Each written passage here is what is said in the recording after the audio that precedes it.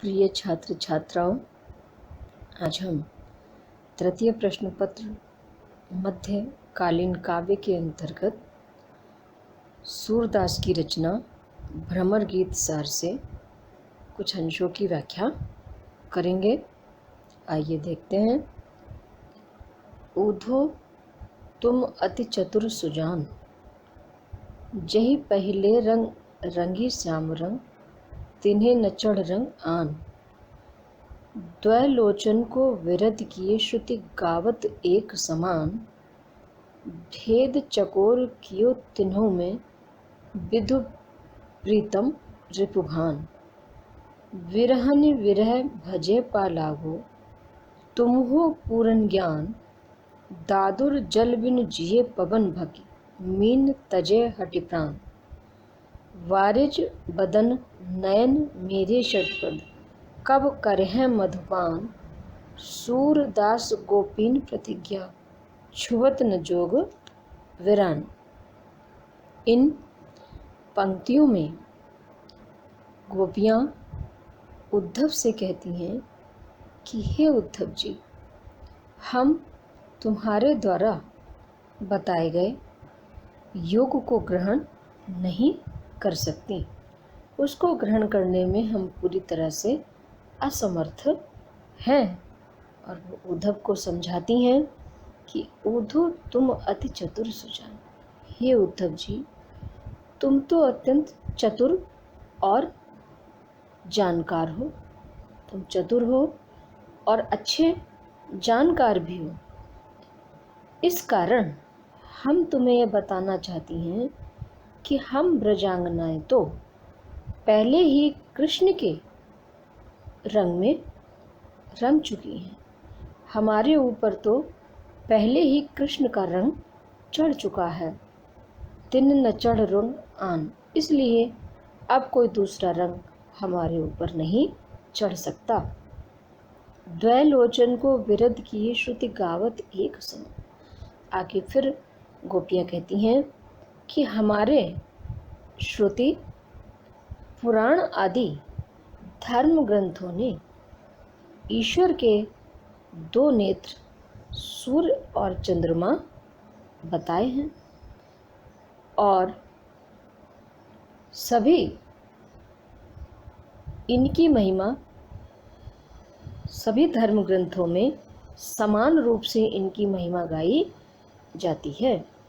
भेद चकोर कियो तिन्हों में विधु प्रीतम रिपु। लेकिन देखिए, चकोर पक्षी ने इस बात में भी भेद कर दिया है, क्योंकि चकोर को चंद्रमा अत्यंत प्रिय है और सूर्य को वो अपना शत्रु मानता है। विरहन विरह भजे पालागो, तुम हो पूरन ज्ञान। वैसे ही तुम लाख हमें समझाने का प्रयास कर रहे हो कि तुम्हारे निर्गुण ब्रह्म में और कृष्ण में कोई भेद नहीं है, किंतु हमें तो कृष्ण ही प्रिय हैं तथा निर्गुण ब्रह्म अप्रिय है। और हे उद्धव जी, तुम तो पूर्ण ज्ञानी हो। तुम तो ये भली भांति समझ सकते हो, जान सकते हो कि जो हम ब्रजांगनाएं जो विरहणियाँ हैं, जो कृष्ण के विरह में विदग्ध हो रही हैं, हमें तो कृष्ण का यानी अपने प्रियतम का ही निरंतर ध्यान करना चाहिए। फिर आगे कहती हैं कि वैसे तो अपना अपना सिद्धांत है कि जैसे दादुर जल बिन जिए भवन पवन भगी, मीन तजे हटि प्राण। जिस प्रकार मछली तथा मेंढक दोनों को जल प्रिय है, लेकिन मछली जल के अभाव में अपने प्राण त्याग देती है, और मेंढक जल के अभाव में वायु का भक्षण करके, वायु खा करके जीवित रहता है। लेकिन हे उद्धव जी, हम आपको बता दें कि हम तो मछली के समान हैं, मेंढक के समान नहीं। कृष्ण को छोड़ करके हम किसी को भी अपना प्रिय नहीं मान सकती। आगे फिर कहती हैं गोपियाँ कि बारिज बदन नैन मेरे षटपद कब करें मत, कि वो कौन सा शुभ दिन होगा, वो कौन सा दिन होगा जब हमारे नेत्र रूपी भ्रमर भगवान कृष्ण के चंद्रमुख का दर्शन करेंगे। वो दिन कब आएगा जब हम कृष्ण का दिग्दर्शन करेंगे, जब हम कृष्ण को साक्षात देखेंगे। सूरदास गोपिन प्रतिज्ञा छुबत न जोग विरान। सूरदास कहते हैं, गोपियाँ कहती हैं कि हे उद्धव जी, हम ब्रजांगनाओं ने तो यह प्रतिज्ञा की है कि हम किसी भी स्थिति में योग को नहीं अपना सकती, क्योंकि हम ब्रजांगनाओं को यह योग तो पराया लगता है, अपना नहीं।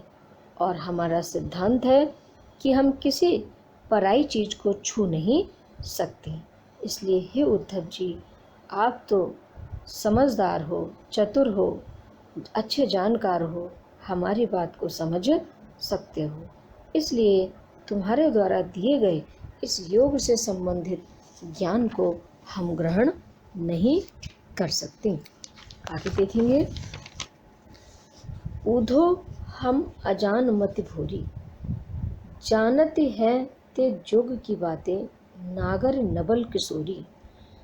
कंचन को मृग कौन देखियो, कौन बांधियो डोरी, कहूँ तो मधुब बार मथि माखन, कौन भरी कमोरी। बिन ही भीत चित्र किन काढ़ियो, किन नब बांधियो झोरी, कहो कौन पे कढ़त कनु की, जिनहटी भूसी पछोरी। यह व्यवहार तिहारो बलि बलि, हम अबला मति थोरी, निरखई सूर्य श्याम मुख चंदई, अखियां लगन चकोरी।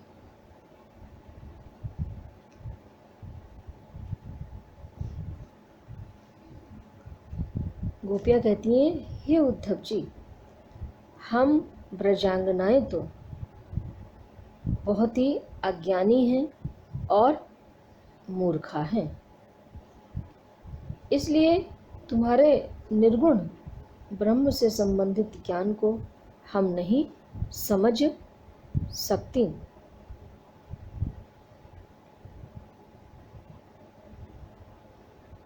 जानती है ते जोग की बातें नागर नवल किशोरी।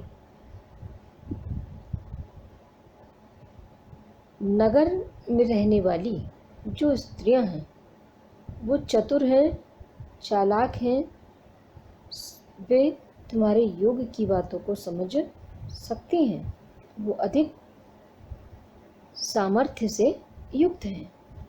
कंचन को मृग कौन देखियो, कौन बांधियो डोरी।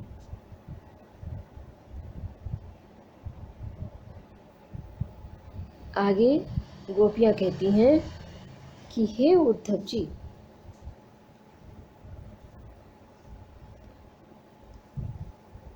तुम्हारे निर्गुण ब्रह्म की बातें हमारे लिए तो पूरी तरह से निस्सार हैं, हमारी समझ में वो नहीं आ रही।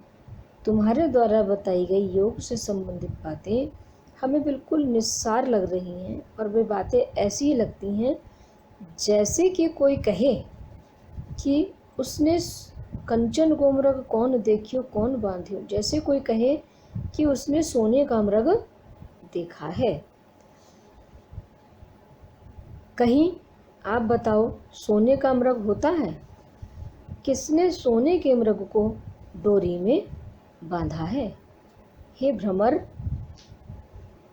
तनिक यह बताओ कि पानी को मत करके किसने अपनी मटकी मक्खन से भरी है, अर्थात किसी ने भी नहीं।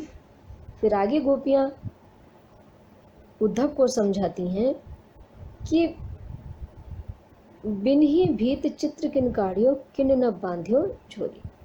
हे उद्धव जी, तनिक बताओ, बिना दीवार के कहाँ चित्र बनाया जा सकता है? अर्थात हवा में तो चित्र नहीं बनाया जा सकता। फिर कहती हैं, कौन है जिसने अपनी झोली में आकाश को बांध कर रखा है, या कौन है जो अपनी झोली में आकाश को रख सका है? फिर और गोपियाँ आगे उदाहरण देती हैं, कहो कौन पे कड़त कनों की चिन्हट भूसी पछोरी। और तनिक हमें बताओ कि यदि भूसे को फटका जाए, भूसे को पछोरा जाए, तो क्या उसमें से चावल के टूटे दाने निकाले जा सकते हैं क्या?